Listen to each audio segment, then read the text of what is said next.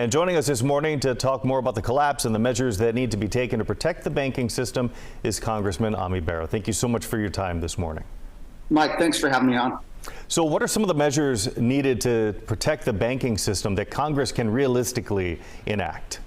You know, a couple things. So first, let's just reiterate what President Biden did and what we did over the weekend, which is guarantee and make sure all the depositors who were at no fault here, their deposits are safe.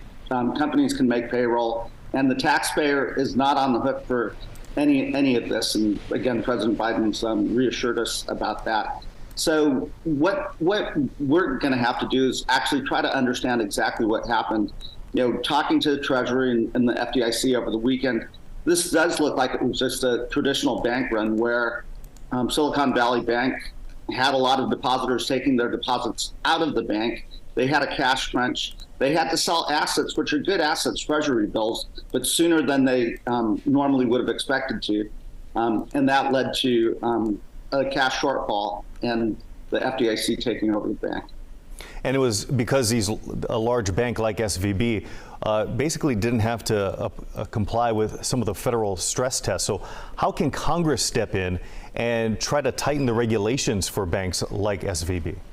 You know, I think we have to take a look and see if the regulators were doing what they were supposed to do.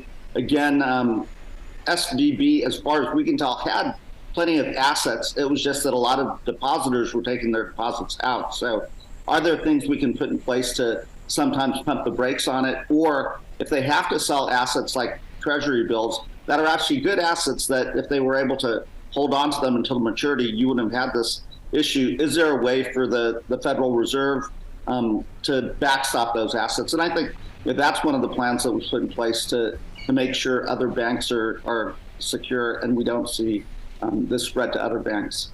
You know, it's one thing to talk about it, but Congress needs bipartisan support in order to enact something. So will there be bipartisan support in order to step up some of these regulations?